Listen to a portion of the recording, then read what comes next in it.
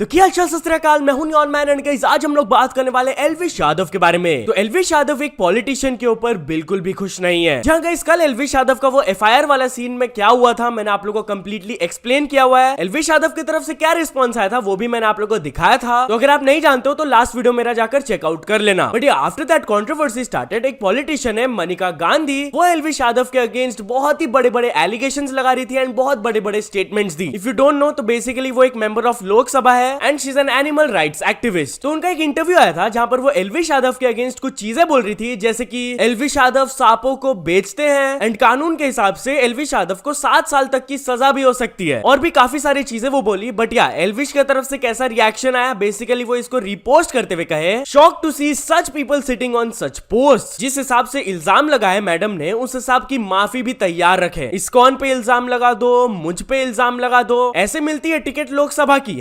#shame on Manika Gandhi. तो या एल्विश तो अपने तरफ से ये सारे एलिगेशंस को डिनाई किया हुआ है। बट चलिए कुछ यूट्यूबर्स का रिएक्शन देख लेते हैं। First of all flying beast इसके बारे में ट्वीट करते हुए कहे कि एफआईआर अंडर सेक्शन 154 सीआरपीसी का खाली यही मतलब होता है कि किसी ने आपके अगेंस्ट एक फैक्ट रजिस्टर कराया है as per him and the investigating officer will try to collect evidence. इस टूल को हमेशा यूज किया जाता है to damage the image of their opponents. इस एफआईआर का मतलब कुछ भी नहीं होता है जब तक एविडेंस ना कलेक्ट कर लिया जाए एंड जब तक एविडेंस को मजिस्ट्रेट के सामने प्रेजेंट ना किया जाए। उन्होंने कहा मेरे अगेंस्ट भी एक एफआईआर है। Police is sleeping on the FIR since year and a half. It was also done to just damage my PR. We should wait and let the law take its course. And फिर आगे वो एक और tweet किया, भाई एल्विश यादव मेरी भी एक एफआईआर है सेम थाने में, नोएडा सेक्टर 49। जब जाए तो मेरे केस का भी हालचाल ले आइयो।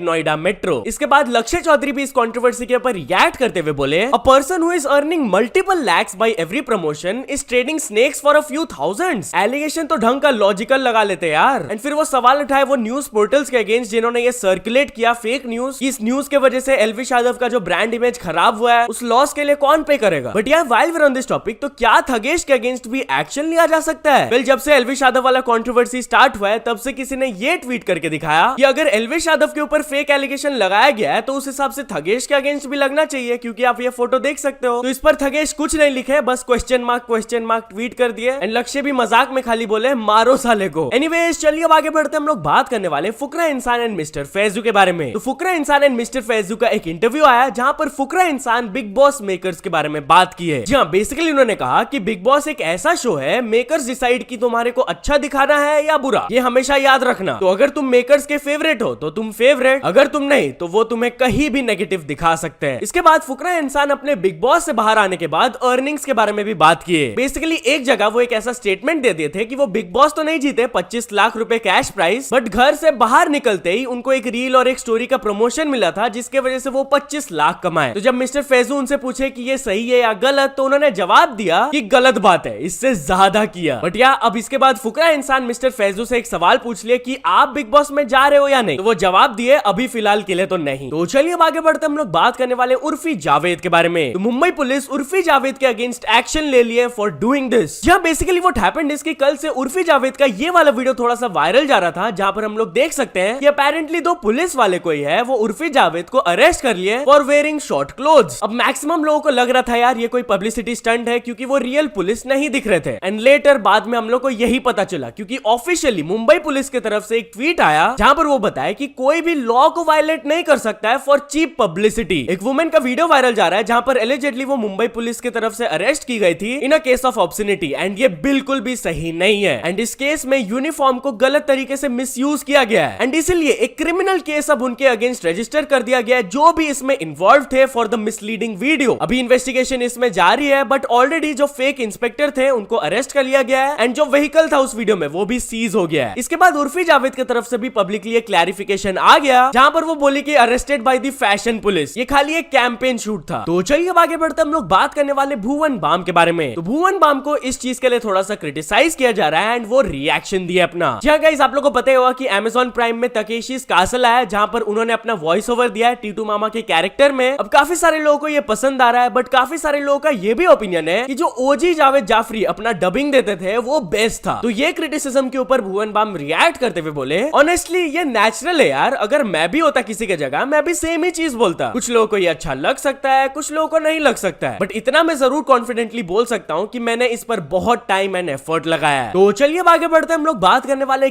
कैरी मिनाटी के बारे में। तो कैरी मिनाटी अपने नेक्स्ट वीडियो के बारे में बात करते हुए एक ट्वीट किए, just finish shooting another parody sketch, मतलब कि उनके तरफ से हम लोग एक पैरोडी स्केच वीडियो नेक्स्ट हम लोग एक्सपेक्ट कर सकते हैं। तो चलिए अब आगे बढ़ते हम लोग बात करने वाले नेपाल क्रिकेट टीम के बारे में। तो नेपाल क्रिकेट टीम के लिए कल एक बहुत ही हिस्टोरिक डे था। जहां गाइस कल था उनका एक मैच यूएई के अगेंस्ट, जिसको वो कंफर्टेबली हरा दिए बाय 8 विकेट्स। बट ये मैच जीतने की वजह से अब वो क्वालिफाई कर दिए for the 2024 T20 world cup. Recent times में भाई नेपाल क्रिकेट बहुत ही ज्यादा इंप्रूवमेंट दिखा रहे हैं and this is a proof यार। लिटरली 10 साल में पहली बार उन्होंने वापस से T20 वर्ल्ड कप के लिए क्वालिफाई किया and it's a huge moment for them. Many congratulations. तो चलिए आगे बढ़ते हम लोग बात करने वाले टेक बर्नर के बारे में। तो टेक बर्नर इन लोगों को अपने तरफ से एक वार्निंग दे दी है। जहां गाइस शायद आप लोगों को पता होगा कि टेक बर्नर का एक क्लोथिंग ब्रांड है ओवरलेस, एंड कुछ लोग क्या करते हैं कि वो उनके डिजाइन को कॉपी कर लेते हैं एंड बेचते हैं। तो ये चीज करना ऑफ कोर्स बिल्कुल भी अलाउड नहीं है एंड इस पर उन्होंने क्या वार्निंग दिया आप खुद सुन लीजिए। हमारे स्टार्टअप के प्रोडक्ट्स कॉपी करे जा रहे हैं। ये राज हमारे क्लोथिंग स्टार्टअप के लीड डिजाइनर, और इन्होंने सड़क पे चलते हुए अपने ही डिजाइन के फेक कपड़े पकड़े। हमने क्लोथिंग का स्टार्टअप शुरू कर दिया जिसमें हम बहुत ही प्यारे कपड़े आप लोगों के लिए बनाते हैं। लाखों कस्टमर्स ने हमारे प्रोडक्ट्स को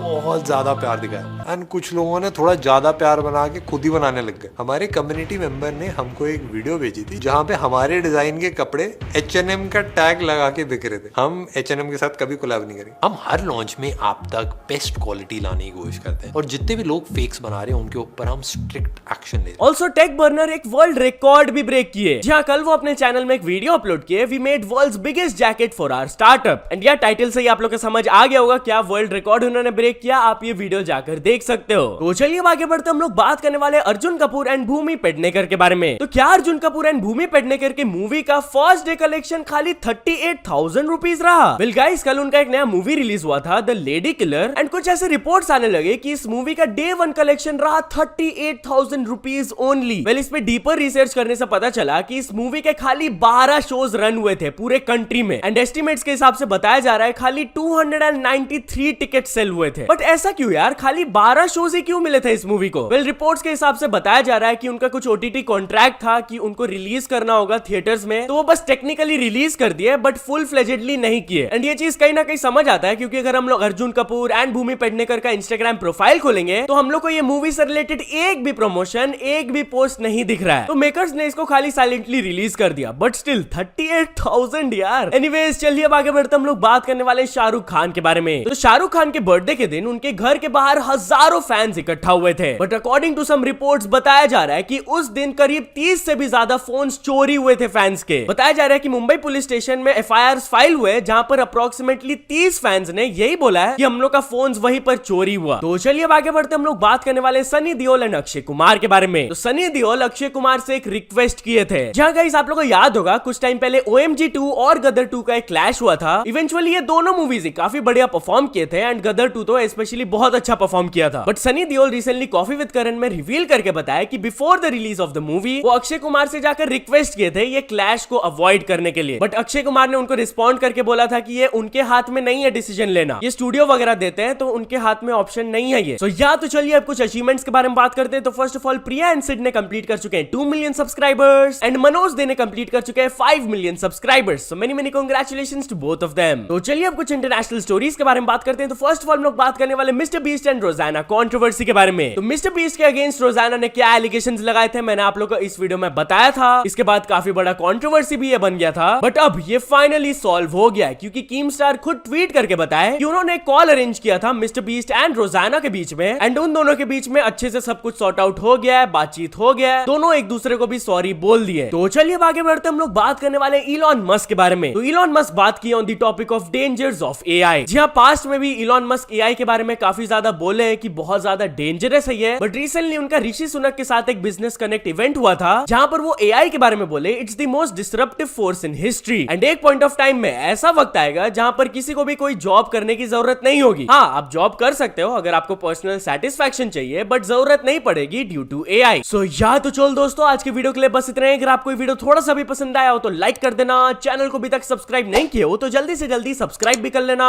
न्यूज सबमिशन का लिंक डिस्क्रिप्शन में, वहां से जाके आप कुछ न्यूज भेजोगे तो आपको क्रेडिट्स भी मिल सकता है मेरे डिस्क्रिप्शन में। तो ऐसे सपोर्ट करते रहना। मिलते हैं नेक्स्ट वीडियो में, टिल देन बाय बाय।